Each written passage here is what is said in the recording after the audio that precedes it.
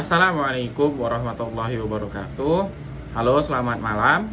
Perkenalkan, nama saya Amri Prayoga Ginting, NIM 213304010380. Saya dari Fakultas Ekonomi, Program Studi Akuntansi, Universitas Prima Indonesia yang berlokasi di Medan, tepatnya di Jalan Sampul. Yang terhormat Bapak Dr. Hottua Samosir, SPD MSI, sebagai dosen pengampu mata kuliah Sistem Informasi Akuntansi. Baiklah, dalam kesempatan kali ini saya akan menjelaskan dalam video ini materi topik 4 yang berjudul Analisis, Desain dan Implementasi Sistem Informasi. Langsung saja kita ke definisinya. Data adalah fakta dan atau angka yang relatif tidak berarti bagi pemakai. Informasi adalah data yang telah diproses atau data yang memiliki arti sistem. Sekelompok elemen yang terintegrasi dengan maksud yang sama untuk mencapai suatu tujuan. Elemen sistem adalah elemen-elemen tersebut ialah elemen pembentuk sistem konvensional atau data, manusia, dan prosedur. Dan elemen sistem modern atau data, manusia, prosedur, hardware, dan software.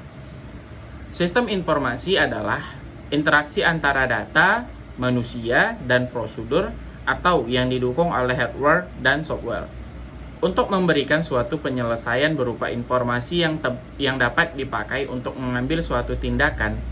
Keputusan selanjutnya baik untuk jangka pendek, menengah, atau panjang dalam sebuah organisasi atau kumpulan dari komponen-komponen yang saling berinteraksi untuk mengelola informasi pada suatu organisasi untuk mendukung kegiatan organisasi tersebut. Organisasi dapat berarti suatu bisnis.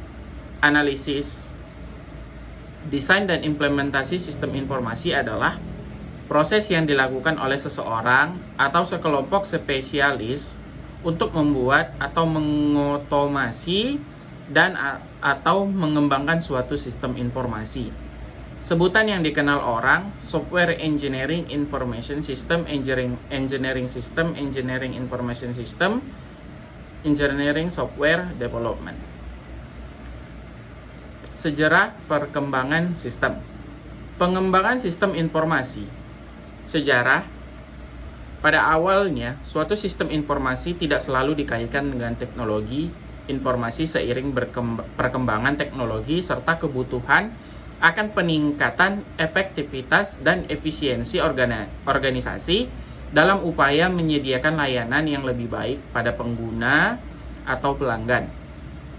Maka dibutuhkan sebuah tata cara atau metode untuk membuat atau mengembangkan suatu sistem informasi. Pada masa mendatang, sistem informasi akan semakin berkembang lagi. Perkembangan teknologi dan perubahan dunia usaha yang sangat cepat mendorong organisasi untuk mengembangkan suatu sistem informasi yang mampu beradaptasi dengan cepat menghadapi perubahan tersebut. Sistem informasi tersebut juga harus dapat diintegrasikan dengan bermacam-macam sistem yang lain agar kinerja organisasi menjadi lebih efisien. Alasannya, yang pertama, kelemahan pada sistem lama bisa karena sistem yang masih manual. Sistem lama menghasilkan ketidakkonsistenan informasi atas pengolahan data yang dilakukan. Yang kedua, meraih kesempatan atau opportunities, peluang bisnis, atau lainnya yang menuntut syarat adanya sistem informasi yang sesuai. Tuntutan pengambilan keputusan yang cepat untuk merespon profit, opportunities, atau keunggulan situasi yang tersedia. Instruksi atau directive, perubahan kebijakan eksternal dari pemerintah atau rekan bisnis terkait. Dalam organisasi bisnis, indikator-indikator yang menyebabkan sistem yang lama harus diperbaiki, ditingkatkan bahkan diganti keseluruhannya adalah adanya yang pertama keluhan dari pelanggan, yang kedua pengiriman barang yang sering tertunda, yang ketiga pembayaran gaji yang terlambat, yang keempat laporan yang tidak tepat waktu, isi laporan yang sering salah, yang kelima tanggung jawab yang tidak jelas, yang keenam waktu kerja yang berlebihan, ketujuh ketidakberesan kas, kedelapan produktivitas tenaga kerja yang rendah, kesembilan banyak pekerja yang menganggur, kesepuluh kegiatan yang tumpang tindih, ke-11, tanggapan yang lambat terhadap konsumen. Yang ke-12, kehilangan kesempatan kompetisi pasar. Yang ke-13, kesalahan-kesalahan manual yang tinggi. 14, persediaan barang yang terlalu tinggi. 15, pemesanan kembali barang yang tidak efisien. Dan yang terakhir, biaya operasi yang tinggi, file-file yang kurang teratur. Tujuan pengembangan sistem adalah untuk performance atau kinerja, peningkatan terhadap kinerja sistem yang baru sehingga menjadi lebih efektif. Kinerja dapat diukur dari throughput atau jumlah dari pekerja yang dapat dilakukan suatu saat tertentu, dan respon time atau rata-rata waktu yang tertunda di antara dua transaksi pekerjaan ditambah dengan waktu respon untuk menanggapi pekerjaan tersebut. Informasi, peningkatan terhadap kualitas informasi yang disajikan. Ekonomi, peningkatan terhadap manfaat-manfaat atau keuntungan-keuntungan atau penurunan-penurunan biaya yang terjadi. Kontrol atau pengendalian, peningkatan terhadap pengendalian untuk mendeteksi dan memperbaiki kesalahan-kesalahan serta kecurangan-kecurangan yang dan akan terjadi. Efisiensi, peningkatan terhadap efisiensi operasi. Service atau pelayanan, peningkatan terhadap pelayanan yang diberikan oleh sistem.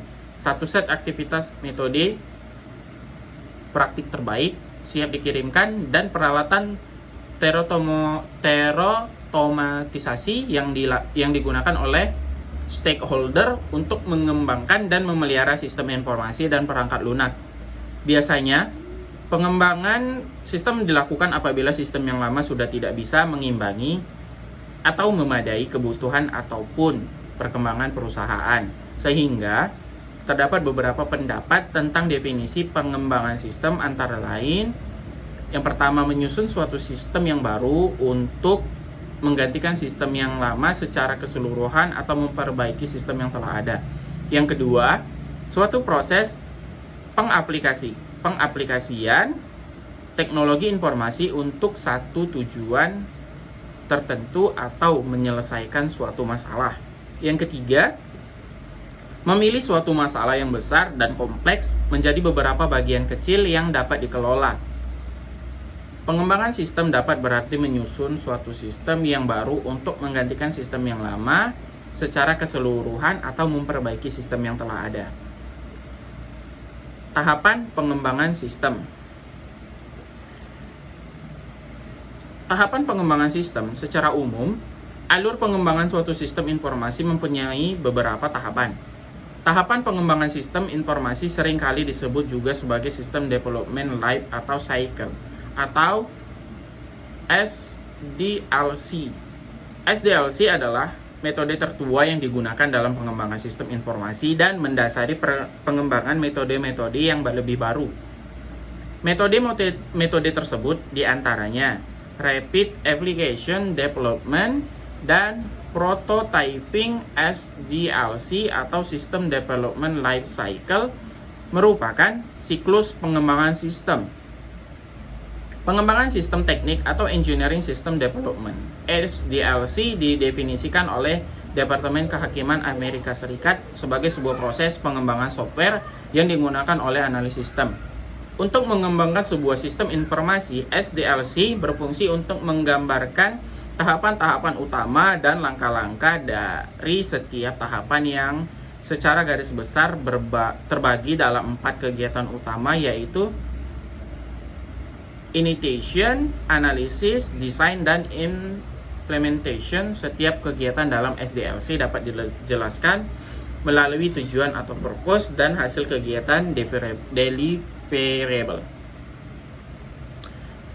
SDLC mencangkup kebutuhan requirement, validasi, pelatihan, kepemilikan atau user ownership, sebuah sistem informasi yang diperoleh melalui investigasi, analisis, desain, implementasi, dan perawatan software. Software yang dikembangkan berdasarkan SDLC akan menghasilkan sistem dengan kualitas yang tinggi, memenuhi harapan penggunanya, tepat dalam waktu dan biaya, bekerja dengan efektif dan efisien dalam infrastruktur. Teknologi informasi yang ada atau yang direncanakan serta murah dan perawatan dan pengembangan lebih lanjut. Initiation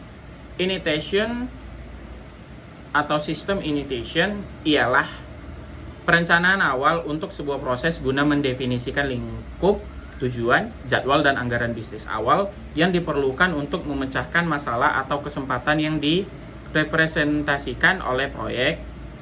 Lingkup proyek mendefinisikan area bisnis yang akan ditangani oleh proyek dan tujuan-tujuan yang akan dicapai.